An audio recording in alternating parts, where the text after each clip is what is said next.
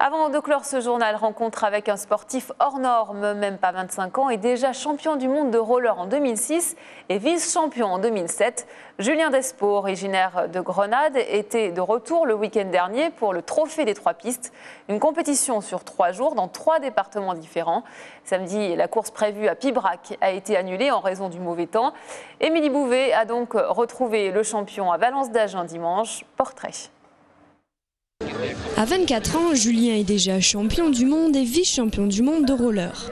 Cette année, il compte d'ailleurs bien décrocher un nouveau titre individuel sur 300, 500 ou 1000 mètres sur piste. Pour atteindre ce niveau, une vingtaine d'heures d'entraînement hebdomadaire et des années de pratique. Premier souvenir sur roller, ça remonte à il y a longtemps. Je devais avoir 5 ou 6 ans plutôt. C'était quand j'étais encore à l'école de patinage et c'est ma première compétition vraiment. Voilà bien cette catégorie. Un souvenir un peu flou, mais j'avais pas fini dans les premiers, ça c'est sûr. Aujourd'hui, Julien et son frère cadet Adrien s'entraînent ensemble et alimentent leur motivation.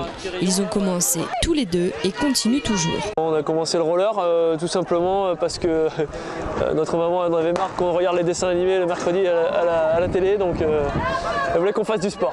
Natif de Nantes, où il a chaussé pour la première fois les patins, le champion, toujours accroché à ses roulettes, est professeur de sport pour la Fédération française de roller basée à Nantes.